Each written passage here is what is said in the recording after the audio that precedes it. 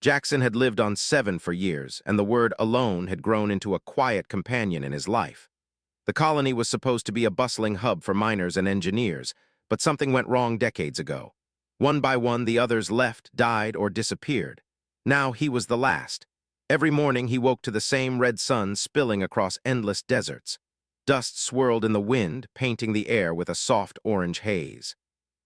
He walked to the habitat's entrance, his boots crunching on the hard, cracked ground. The sound echoed, reminding him that no one would answer if he called out. Inside, the habitat was quiet but functional.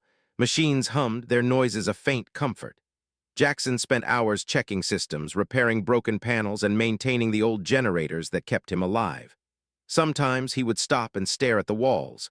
The photos he had brought from Earth, a sister's smile, his mother's laughter, a dog long gone, were pinned in careful rows. They were the only reminders of the life he once had, the life he had lost. He often traced a finger over their faces, wishing he could feel warmth instead of the constant emptiness. Evenings were the hardest. The sun dipped behind the distant cliffs, turning the sky into a streak of reds and purples. Jackson would sit outside, legs dangling over the edge of the rocky plateau, staring at the stars. He whispered stories to them, stories of his day, his memories, and his fears. Sometimes he laughed at the absurdity of talking to nothing, but it felt good to hear a voice other than the wind. He imagined the stars listening, imagining that someone out there, somewhere, cared about his existence. And yet, deep inside, a small part of him dreaded that no one ever would. The desert was harsh and dangers were constant. Dust storms could arrive without warning, cutting visibility to zero. Mechanical failures were deadly. Jackson had learned to survive through trial and error, to trust his instincts, and to anticipate disasters that could strike at any moment. Each time he fixed a generator that threatened to fail or climbed a cliff to rescue fallen equipment, he felt a small rush of pride. It reminded him that he was alive, that he still mattered. But after the adrenaline faded, the silence returned, pressing against him heavier than any storm. On a particular evening, as the sky turned to deep indigo, Jackson noticed something odd. A shadow flickered across the cliffs far away, a shape that moved in ways no animal he knew could. He froze, heart hammering, scanning the horizon. The shape disappeared as quickly as it appeared, leaving no trace. He shook his head, muttering to himself, "Just the wind, just tricks of the light." Yet the feeling lingered, a subtle awareness that he was being watched. It made his skin prickle, not with fear, but with a strange curiosity. That night, sleep did not come easily. Jackson lay in his small bunk, staring at the ceiling, imagining countless eyes in the dark watching him. He wondered if he had finally lost his mind, or if someone or something was truly out there. The thought was terrifying, yet oddly comforting. For the first time in years, he imagined not being alone. A small spark of hope flickered in his chest, fragile but persistent. He had survived decades in solitude, but perhaps this night marked the beginning of a new chapter. Perhaps the universe had been listening all along. As the cold air of 7 crept through the ventilation system, Jackson whispered into the empty room, I wish I wasn't alone." He closed his eyes, not knowing if the words reached anyone or anything, but somewhere in the vast darkness a presence stirred. Silent, patient, and unseen, it watched. And for the first time, Jackson's lonely heart felt the faintest echo of connection. Days passed on 7, each one blending into the next. Jackson continued his routines, repairing generators, cleaning solar panels, and checking water filtration units. Yet he began noticing small oddities that unsettled him. Tools he had carefully placed in a crate were shifted. A panel he had fixed the night before was slightly ajar. At first, he blamed fatigue or his imagination, but the frequency of these small changes grew too strange to ignore. Something, or someone, was there. One evening, Jackson had been adjusting the colony's antenna, trying to catch the faintest signal from orbit. As he worked, a shadow flickered across the cliffside below. He froze mid-step, squinting through the dim light. A figure moved with grace, stopping whenever he looked toward it. His heart raced. He whispered to himself, I must be seeing things. Yet the shadow didn't vanish entirely. It lingered, always at the edge of his vision, just out of reach. Curiosity mixed with unease. Jackson began leaving markers, a small rock stacked near the cliffs, a few scratches on the ground, even crude symbols drawn in the dust. By morning, the markers had been subtly rearranged, as if someone acknowledged his messages. He felt a strange warmth in his chest, a sensation he hadn't felt for years. Someone was aware of him. Someone was paying attention, not out of obligation, but out of choice. The thought was both thrilling and frightening. The nights grew longer, colder, and quieter than ever. Jackson often sat by the habitat's large observation window, staring at the barren landscape, imagining who or what might be out there. Sometimes he felt a presence in the room, fleeting as a whisper of wind. Objects seemed to shift subtly when he wasn't looking, and the faintest shimmer appeared in his peripheral vision. A soft, almost musical hum sometimes echoed in the air, vanishing when he turned his head. It was as though the world itself held its breath, waiting for him to notice. Despite the tension, Jackson began to speak aloud more often. He shared stories of his childhood, tales of Earth, and memories of laughter and love. He told the walls about the storms he had survived and the quiet victories of each repaired machine. And somewhere in the distance, hidden beyond sight, she listened. Her luminous eyes followed every gesture, every expression. She learned his habits, his fears, and the small ways he revealed his loneliness. Through him, she discovered the human heart, fragile yet resilient, capable of hope even in the harshest solitude. Then came the first unmistakable sign of care. A severe dust storm rolled in, fierce and blinding. Jackson struggled to secure the habitat's external panels. A gust of wind knocked him off balance, and a heavy beam nearly struck him. At that moment, he swore he felt a force, gentle yet firm, pushing the beam aside. He stumbled, heart pounding, and glanced toward the cliffs. Nothing was there. The storm raged on, but somehow he remained unharmed. He could not explain it. Perhaps he had imagined it, or perhaps someone had truly intervened. That night he sat close to the flickering generator, staring at the empty horizon. The presence he sensed was no longer invisible, it was intentional. Someone cared enough to watch, to protect, and perhaps even to understand him. For the first time, Jackson allowed himself to believe he was not entirely alone. His chest tightened with an unfamiliar emotion, a mixture of relief, wonder, and fear. He whispered softly into the darkness, "I see you too, wherever you are." Somewhere unseen but near, she lingered. The alien woman had watched him for days, learning the patterns of his life, sharing his silence, and feeling the pulse of his solitude. Jackson did not yet know her name, her world, or her purpose, but the connection had already begun. A bridge, invisible yet unbreakable, had started to form between them. In that moment, two lonely beings, separated by light years and worlds, began to recognize the same truth. Being seen, truly seen, could change everything. Jackson had started noticing her more clearly, though he still could not see her fully. Shadows moved where shadows should not, and faint glimmers of silver light would flash across the cliffs at the edge of his vision. At first, he felt fear, but the fear slowly softened into something else, a strange, thrilling curiosity. Someone had been with him for years, silently observing, protecting, learning him in ways he could never imagine. And now, he wanted to know who she was. One evening, after another long day of repairing solar panels and checking water filters, Jackson climbed to the cliffs above the habitat. The wind bit at his skin, carrying fine red dust into his eyes. He paused, scanning the horizon, and then he saw her. A figure stood tall, elegant, and unlike anything he had ever seen. Her skin shimmered like molten silver, reflecting the last rays of the sun. She moved with fluid grace, her posture calm but alert, as if she had been waiting for this very moment. Jackson's heart raced. He raised a hand instinctively, unsure whether to wave, to call out, or to run. But she did not retreat.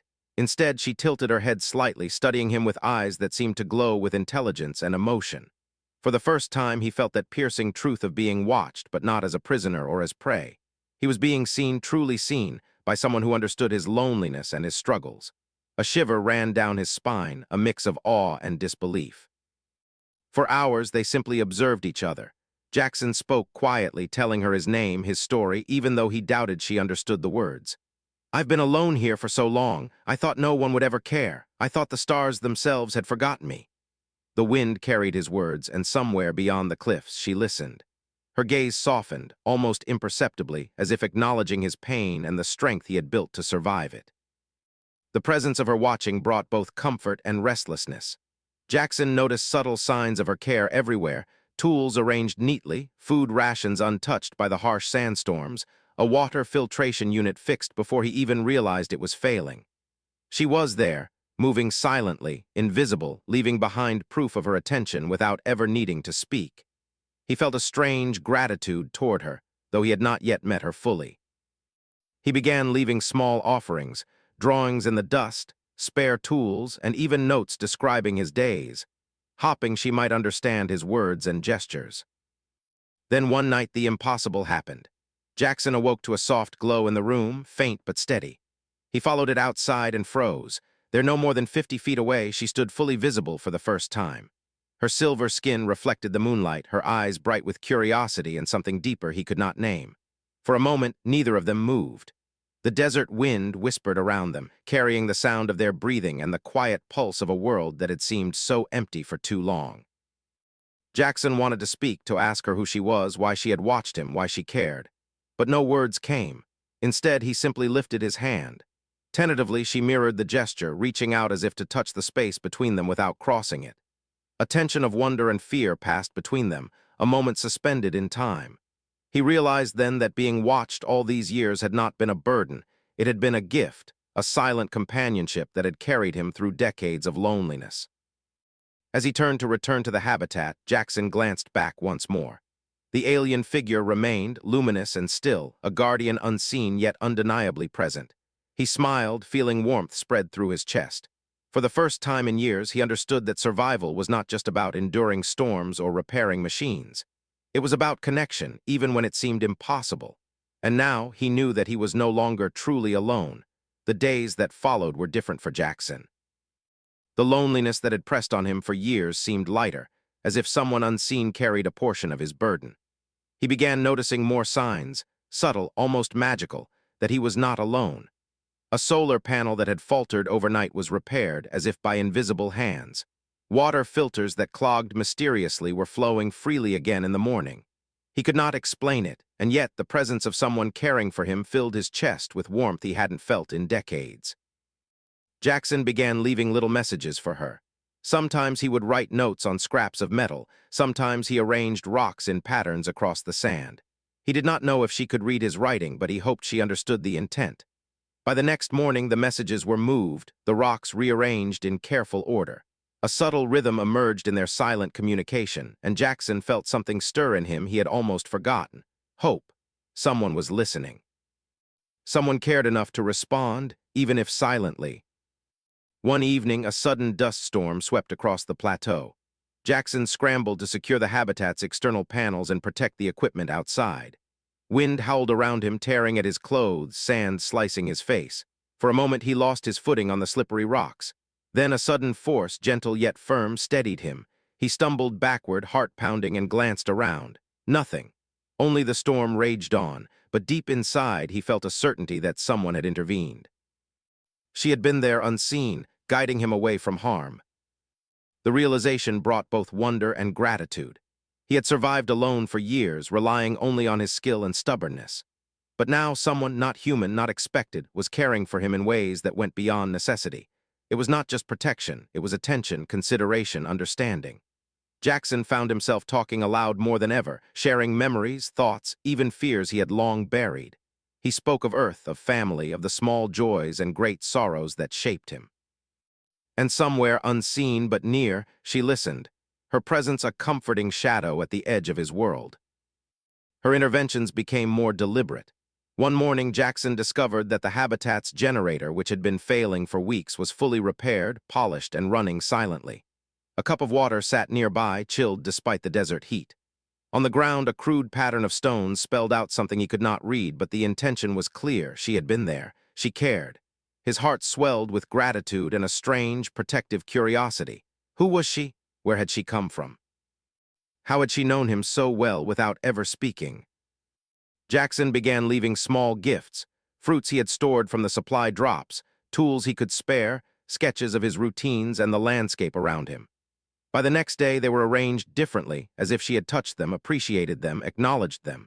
He smiled, feeling a silent conversation unfold across the distance between their worlds. Each gesture deepened the unspoken bond, and for the first time, Jackson felt that the vast emptiness of Seven was not entirely hostile. He started imagining her more vividly, not as a shadow, but as a companion. Her presence had become a constant comfort, a quiet heartbeat in his lonely world. Even when he worked tirelessly to repair equipment, he no longer felt the crushing weight of solitude. Instead, there was a sense of shared endurance. Someone was watching, someone understood, someone existed alongside him. It was both thrilling and terrifying. As night fell, Jackson sat by the habitat's observation window, staring out into the cliffs. The desert stretched endlessly, painted with moonlight and shadow. He whispered, "I don't know who you are, but thank you." Somewhere out there, she lingered, silent and luminous, observing him as she had for so long. And for the first time in years, Jackson allowed himself to believe that he was not alone, not entirely, not ever again. The storm came without warning. Jackson had been working on the solar arrays, adjusting panels and tightening loose bolts when the sky darkened in seconds. Red dust whipped across the cliffs, stinging his eyes and filling his lungs. He could barely see his hands in front of him. The wind howled like a living thing, and the desert seemed determined to sweep him away. Panic rose in his chest, but Jackson forced himself to stay calm, gripping the nearest support beam. He knew a single mistake could cost him everything. Then out of the corner of his eye, he saw movement. A shape glimmered against the chaos of the storm, almost ethereal. At first, he thought it was his imagination, but the figure remained. It moved with fluid grace, unaffected by the howling wind and flying debris. His heart raced. Could it be her? The presence he had felt for so long? He called out, voice barely audible above the storm. I need help." The figure approached, and in the flashes of lightning, Jackson saw her fully for the first time. Her silver skin reflected the storm's red light, eyes bright with focus and something else he could not name, care, urgency, understanding. She moved closer, standing between him and the collapsing panels just in time to catch a heavy metal sheet that had broken free. Jackson's chest heaved as he stared. For years, he had imagined companionship. He had longed for someone to see him. And now here she was, real and powerful, watching over him. He stumbled forward, unsure how to act. Who are you?" he shouted, the wind tearing his words apart. She did not answer in a voice he could understand. Instead, she extended a hand toward him, a gentle motion that carried reassurance. Her eyes conveyed more than words ever could, curiosity, kindness, and the unspoken message. "I have been here. I have always watched over you." Tentatively, Jackson reached out. His fingers brushed the air between them, not quite touching, yet he felt a strange energy, a connection that vibrated through him. Fear and awe collided in his chest. For the first time in years, he did not feel the crushing weight of solitude. Someone understood him, and that someone was standing right there in the storm. The moment was fleeting, powerful, a bridge forming between two very different worlds. Lightning struck nearby, illuminating her completely. Jackson could see the delicate shimmer of her skin, the subtle movements that hinted at intelligence and awareness far beyond his own. She studied him with patience, as if reading every thought, every memory, every scar of loneliness he carried. For the first time, he realized that her presence had not been passive. She had been learning him, understanding his routines, guarding him silently, shaping his world without ever stepping fully into it. As the storm raged on, Jackson noticed how much she had changed his life. Machines that failed now ran perfectly. Supplies he thought lost were intact.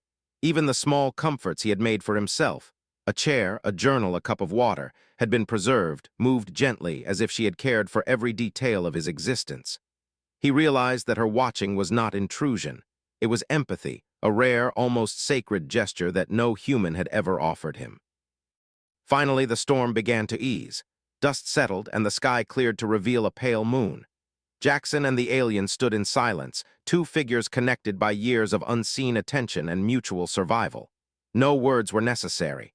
He understood deeply that he had been observed not out of duty but out of understanding. Someone from another world had cared for him. Someone had seen his struggle and had chosen to intervene. Jackson's chest tightened with gratitude, awe, and a newfound sense of hope. He knew this was only the beginning.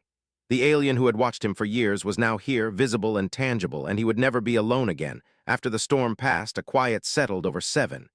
Jackson and the alien, whose presence now felt less like a shadow and more like a companion, stood on the cliffs, watching the red desert stretch into the distance. For the first time in years, Jackson felt calm, almost peaceful. The fear of loneliness that had haunted him was slowly dissolving, replaced by an awareness that he was no longer entirely alone in this harsh world. The first days of their contact were tentative. Words as humans understood them did not exist between them, but communication flowed in other ways.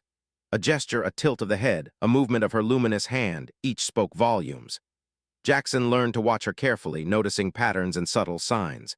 She responded to his actions with understanding and patience, guiding him without words. Slowly, an unspoken dialogue grew, fragile yet strong, built on trust and curiosity. Jackson began showing her parts of his world. He pointed out the generators, explaining their purpose with gestures. He drew crude sketches in the sand, outlining the water system, the cliffs, and the habitat's layout. She watched intently, absorbing every detail. Occasionally, she would touch a drawing, altering a line, or nod in a way that indicated comprehension. Jackson marveled at her intelligence, at how quickly she learned. It was as if she had studied him for years, preparing for this very moment of understanding. In return, she shared glimpses of her world. One evening, she raised her hand to the sky, and Jackson saw visions shimmer before him, forests with leaves that glowed softly, rivers that reflected multiple suns, skies that shifted in color like liquid paint. Creatures moved gracefully, singing in harmony. Jackson gasped, overwhelmed by the beauty of it, feeling the pulse of a world so different from his own yet connected through the alien's presence. For the first time, he realized that someone could see and understand the universe in ways he had never imagined. Their bond deepened through simple gestures and shared tasks. Jackson repaired solar panels while she assisted in ways he could not explain. Objects moved as if guided by invisible hands, efficiency improved, hazards avoided. At night, they sat together on the cliffs, Jackson speaking softly about his memories of Earth, his childhood, his family, his mistakes, and small joys. She listened, her glowing eyes reflecting empathy, patience, and a gentle curiosity. Even without words, he knew she understood his pain and resilience. Jackson felt emotions he had long buried. Hope, awe, gratitude, and a strange, growing affection stirred within him. He realized that his life of isolation had prepared him for this bond. He could survive alone, yes, but with her he could flourish. The red deserts of Seven, once harsh and unforgiving, now felt alive, filled with potential and connection. The alien's presence transformed the landscape into a place of warmth, companionship, and wonder. One night, after sharing a quiet moment under the twin moons, Jackson reached out his hand again. This time, she responded without hesitation. Their fingers met, and a gentle pulse of energy passed between them, neither fully understood yet deeply felt. Jackson's heart raced, not from fear, but from a profound sense of belonging. Years of solitude, fear, and struggle melted away in that moment of connection. He realized something extraordinary. The alien had not just watched him for years. She had protected him, understood him, and prepared him for this bond. Her patience, her silent attention, and her care had guided him through decades of loneliness. And now, for the first time, he felt that he could share his life with another being who truly understood him, someone who could match his resilience and inspire him to see the universe through new eyes. As the moons traced arcs across the night sky, Jackson whispered softly, "I don't know your world, but I want to know it with you." The alien's luminous eyes met his, bright and gentle, and for the first time Jackson felt an unspoken promise pass between them. He was no longer alone. Together they would face whatever the desert or the universe could throw at them.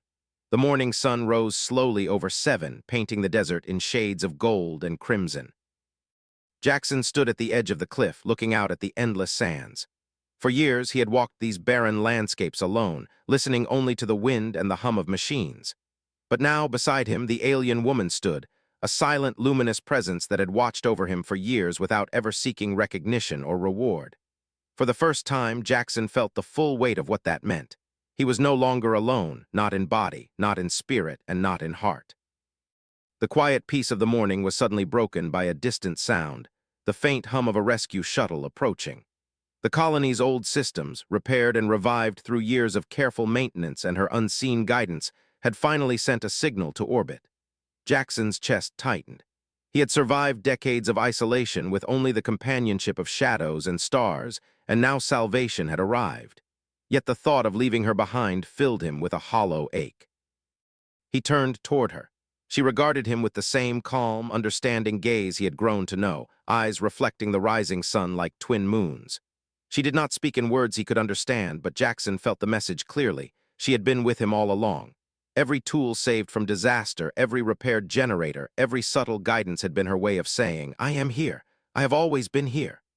And in that moment, Jackson realized that survival was no longer enough. True life meant connection, and she had given him that. The shuttle's lights grew brighter in the distance, painting the desert in pale, artificial beams. Jackson's hands shook as he looked at her. He wanted to leave to return to Earth, to the world he had long imagined, but a stronger pull rooted him to this place. The pull of her presence, her care, her unwavering attention for so many years. It was more than he could abandon. Slowly, deliberately, he reached out his hand. She mirrored him instantly, and this time their fingers met fully. A current of energy pulsed between them, not electric, but emotional. A bond forged from years of watching, waiting, and understanding. Jackson took a deep breath. I can't leave you," he whispered. His voice carried both certainty and vulnerability. She tilted her head, a gesture of understanding that required no words. For the first time, Jackson knew that she had chosen him just as he had chosen her in that silent, unspoken dialogue they had shared across storms, dust, and long nights. Together, they had survived 7. Together, they had transformed loneliness into connection, isolation into companionship. The shuttle landed in the distance, a reminder of a world beyond the desert. Jackson turned back toward her once more, seeing the luminous beauty of her form, and made a decision. He would not go alone. They would stay.